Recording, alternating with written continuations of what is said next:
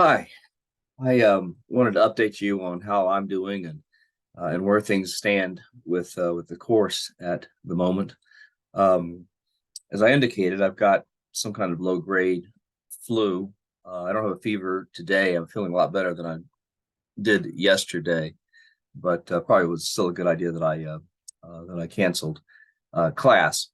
And I've been using the time at home to completely redo my lecture on the market revolution period, because one of these days I'll be teaching the course in an online format. And so what I've been doing is collecting updated images and reorganizing things and so forth with a view toward creating a good, strong lecture on the subject that reflects the way that I would do it today, as opposed to several years ago, the last time I taught course, and also the way that it works most effectively in an online format. And that involves a lot of work because it means going online and looking at possible video clips that one can use and illustrations that are better or more high resolution than the ones that I've got currently, and just it's a whole big project. But given that I'm going to need to present this material to you on video, it just seemed like a waste of time to do it in a kind of half-baked manner. But for the present, what I would like for you to do is to read the relevant sections of the American Yaw. And I would also like for you to think about what times of economic transition are like from a human perspective, which I think is something that was missing really when I tried talking about it on Tuesday. I was really off my game anyway, but part of the problem was I was looking at the way I was approaching the subject and I just didn't like it. Because the human dimension is the thing that needs to be there at the beginning, and it just wasn't. What do I mean by the human dimension? Well, American history, the sort of the economic history of the United States has passed through sort of four major economic stages. There was the colonial staple exporting economy, which is when, as a colony, the, the 13 colonies, the 13 states were sort of set up in such a way that they created raw materials that were then shipped to England to be turned into completed manufactured products. So that was the first stage. Then this market revolution produced the national market economy, which I began to talk about on Tuesday, and which I will continue when I finish this new revised um, lecture. And then that national market economy led to the industrialized economy, which emerged after the American Civil War.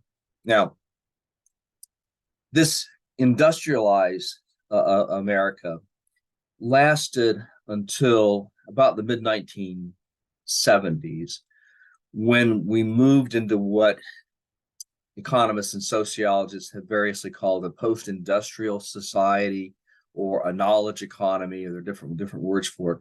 But a hallmark is that heavy manufacturing, uh, which it just is largely gone away from American life. And any of you who come from areas like Canton or Akron, um, um, the Mansfield area, particularly Youngstown, which I'm going to talk about in a moment. They're all living in communities that are experiencing um, sort of what it's like to live in a post-industrial economy.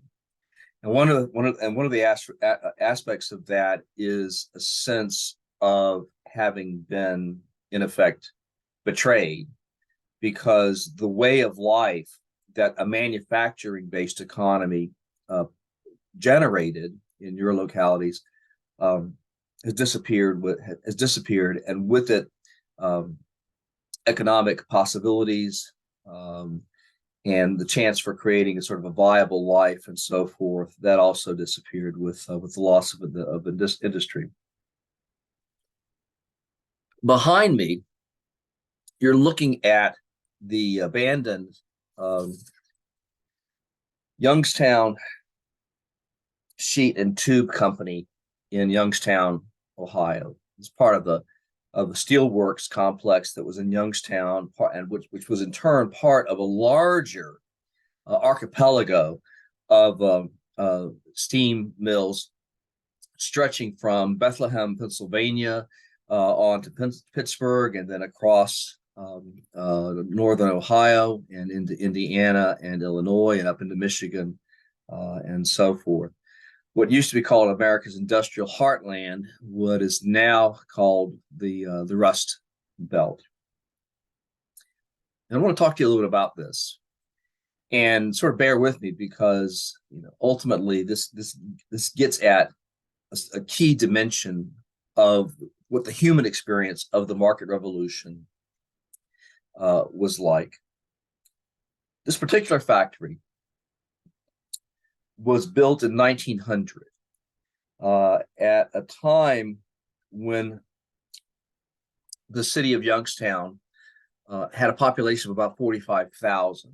It was a pretty good sized town among the various major towns in Ohio at that period. By 1930, the thriving steel industry on which Youngstown's economy depended had increased the population of Youngstown to 170,000. And in 1950, this single factory employed 27,000 workers in the Youngstown area.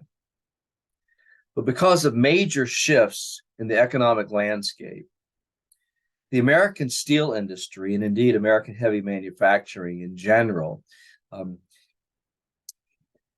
starting in the late 1960s and becoming really evident in the 1970s, the steel industry came upon hard times. And there's more than one explanation for this.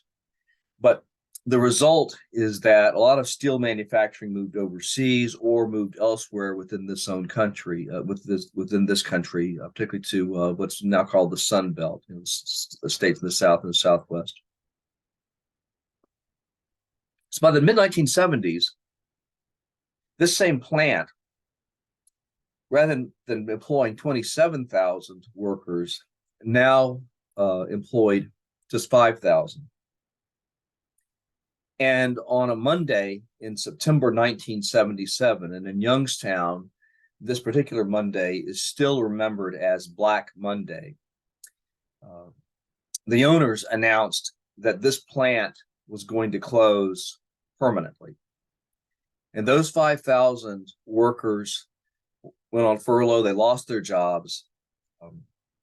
And the loss of that much economic activity, that much income to those 5,000 workers, had knock-on effects that soon destroyed some 400 other manufacturing establishments in Youngstown and removed a total of about 40,000 manufacturing jobs in the Youngstown area. The effect on Youngstown was devastating.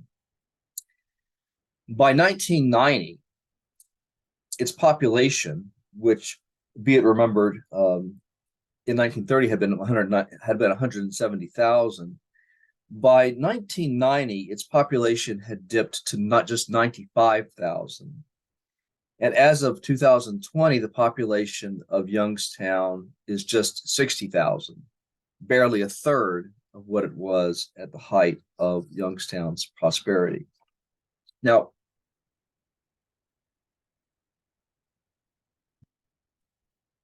what I want you to think about,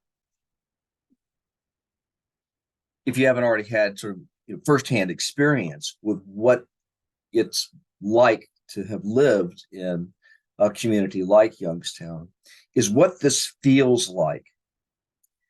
Because what it feels like is that, is that you had a certain kind of life, certain expectations from life, and a certain sense of how you could get to where you wanted to be in life that was taken away from you. In Youngstown, during the heyday of the steel industry, you could expect to go to high school and then go straight into a manufacturing job, make a good income, enough to take care of a family, enough to send your kids to college, enough basically to achieve the American dream. And with the loss of this heavy manufacturing based economy, you lost all of that. Some people in these regions moved elsewhere. Tens of thousands moved elsewhere to try to find new lives. Community leaders and business leaders in Youngstown struggled with varying degrees of success to kind of, to create a differently based economy in the Youngstown area that would be successful and is better adapted to this post-industrial society, this knowledge-based economy, whatever you want to call it. But in a human sense, this has been, this is a devastating experience.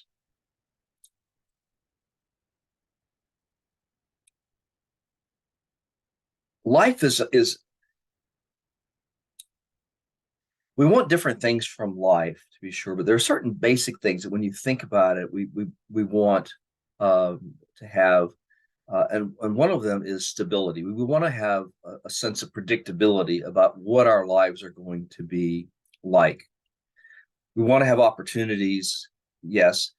At the same time, we also want to have an idea that that we have some sort of sense of what those opportunities are going to be like and how to prepare for them and so forth. And so when the opportunities that we expected go away, even if new opportunities arise to replace them, if they're not opportunities that we were expecting or were prepared for or whatever, we don't experience it as, oh, great, I've got a chance at a new and different and maybe better life. We experience it in terms of a sense of loss. Well, when the United States moved from a staple exporting economy to a national market economy, this involved dislocating effects in all kinds of ways that were not unlike those experienced by the people in Youngstown and other cities in the Rust Belt area. People during the shift to a national market economy discovered that lots of new opportunities opened up, yes, for some, but opportunities closed down for others, and a way of approaching life, working life, changed a great deal. One dimension of this is that in the colonial era and in the staple exporting economy, people had control over their work. People worked a lot, but they had control over sort of like when they started to work, what they worked on, when they would knock off for breaks, who they could talk to while they were working, and so on. If you were a cobbler, for example, you were used to meeting the customer who needed a new pair of shoes, getting to know what that person was like, and then creating an entire pair of shoes for that customer, start to finish. You saw yourself as a craftsman. While you were working, you had time to take breaks when you wanted to, and you could talk to others who were working in the shop. And if other new customers came in, you could take time to talk to them. Well, the transition to this national market economy produced a situation where more and more laborers worked in environments that were much more like factory environments. And so if you were involved in the shoemaking business, you went from manufacturing or crafting an entire pair of shoes to your job became, say, to cut the soles of just one pair of shoes after another. The only the only thing that you did all day long was, you cut out the piece of leather that was going to be used for the lower part of the shoe, and then somebody else down the line would be to would sew that into the uppers and complete the manufacturing of the shoes and so forth. You never met the customer. Your employer, it took care of all of that. Things were done on a larger scale, and your employer expected you to come to work at a certain time, to take breaks at a certain time, to talk or not talk according to the rules of the employer, and so you lost a strong sense of control over your own time, and you lost a sense of sort of pride of craftsmanship. And like steel workers who lost their jobs in Youngstown, you experienced a loss of your own as the way in which work was organized changed. Okay, now I've gone on about this long enough, but what I'm going to want you to do for your quiz this afternoon is I'm going to show you a couple of short video clips having to do with the end of heavy manufacturing in the Midwest, and what that was like on a human, for the human beings who had to endure it.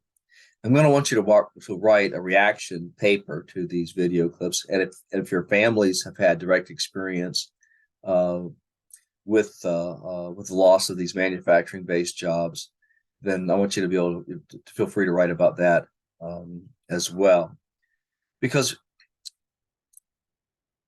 I know that the overwhelming majority of you are taking this course in history simply because the university requires you to do it, and that's unfortunate, because really the only time anybody really learns something is when they want to learn about it.